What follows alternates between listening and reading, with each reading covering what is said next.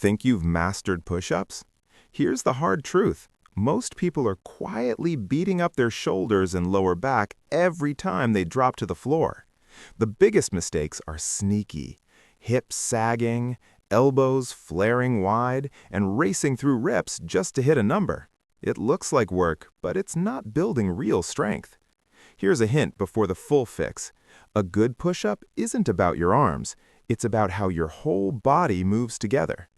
Start simple. Get into position with your hands under your shoulders.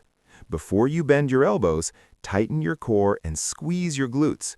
Your body should form a straight line from head to heels, like the solid foundation of a skyscraper. When that foundation is weak, everything above it crumbles. Now the intermediate fix. As you lower, move slowly. Let your chest lead the way, not your head. Keep your elbows about 45 degrees from your body, not flared straight out. This protects your shoulders and shifts the work to your chest and triceps where it belongs. Feel that control? That's a light bulb moment. Ready for the advanced tweak?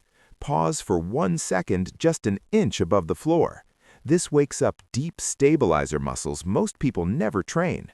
Suddenly, push-ups feel harder but safer and more powerful. Let's recap.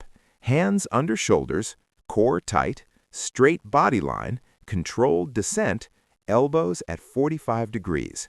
Now try 10 flawless reps right now and notice how different it feels.